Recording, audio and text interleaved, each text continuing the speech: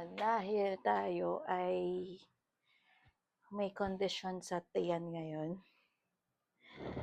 mag-ano tayo, ayun, dahil tayo ay may,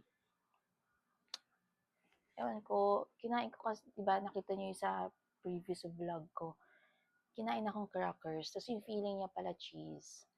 So, apparently, hindi ko talaga hiyang yung ganong karami kasi naubos ko yung buong stack ngayon. So, ito yung mga supplements. Yan. Prebiotic pala to for women, hindi pro. Pero okay lang. Okay lang to siguro. And then, ito yung iniinom ko. Isang chlorophyll. And then, ito, nakadalawang bote na ako. Tinry ko lang. Mukhang okay naman. Lux Skin Body Tox. Sige, mag-take na tayo.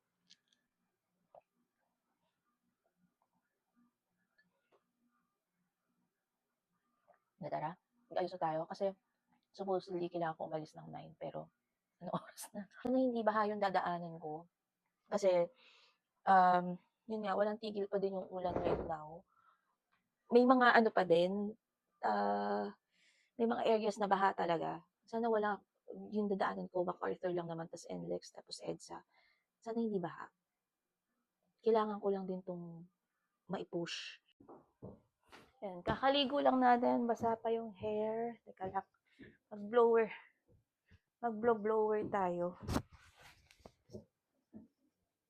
Ito yung sinasabi ko sa inyong pants, guys. Ito yung ginawa namin noong 2023, then reproduce namin ulit ngayon. Na wide leg pants. Yan, sobrang comfy niya. Ang daming laban ang nangyari dito sa pants na to, pero okay pa din. Mag-blower na tayo, mag-prepare na tayo, fast lang.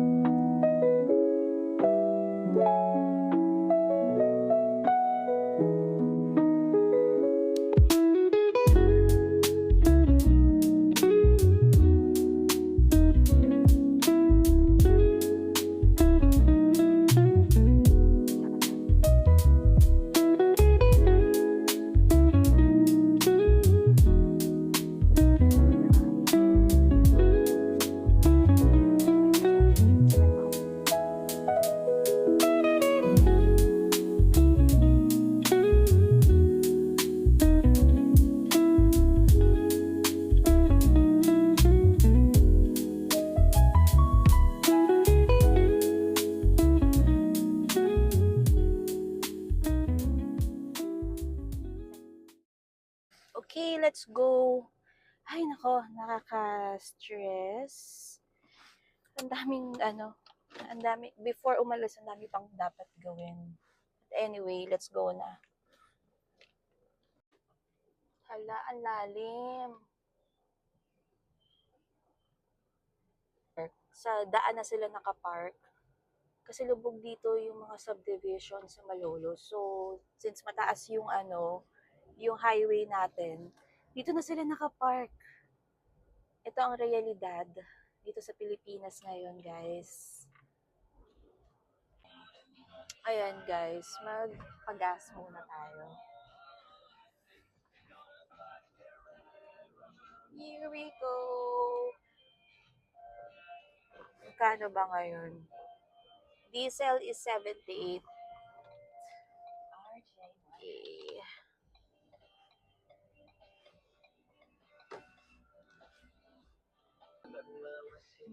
Okay, let's go. Tapos na tayong magpagas. Tapos na tayong magpagasgas.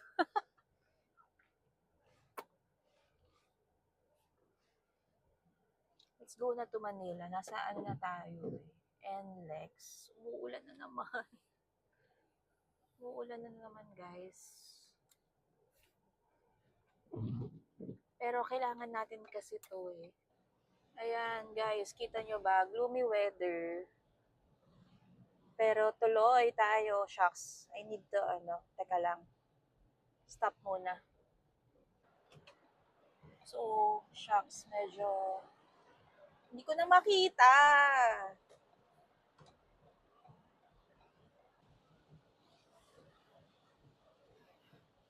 Ayun. Wala tayong dalang payong. Eh, yung parking niya, malayo dun sa entrance. So, paano gagawin? Paano gagawin? Shower tayo sa rain. Tapos dito naman sa area na to, wala na masyadong ulan. So, hati-hati. May portion na lakas, tapos may polar din talaga yun. May polar siya talaga. Yan, umuulan na naman.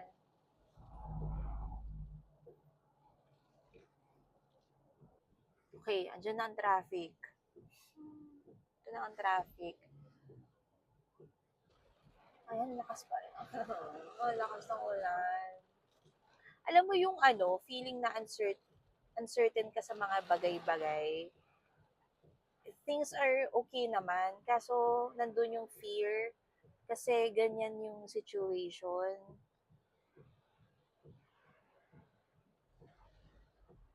So, yun yung yung medyo nahihirapan ako right now. Kasi nga, uncertain yung climate natin. Ayan, uulan, magsistop, uulan, magsistop. Tapos yung mga madaming areas sa atin, baha. So, hindi makakapasok. Business side, syempre, paano mo sila din matutulungan? Andun ako sa part na yun. Ewan ko, bahala na. Bahala na po kayo, Lord. Hala siya guys, so ang lakas talaga ng ulan. Ang lakas. Sa traffic pa.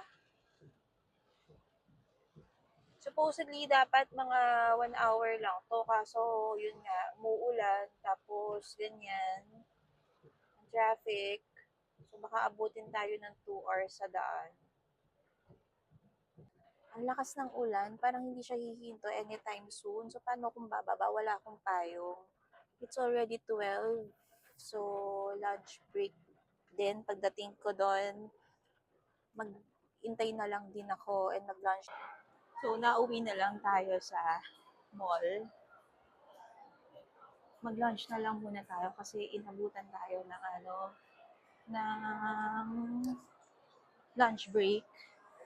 So, dumiretso muna ako dito sa mall, sa Landmark. Ay, Trinoma, sorry. And nagkikrave ako sa Taco Bell. Tapos mag-taxi na lang tayo papunta dun sa client ko para hindi na ako maghanap ng parking.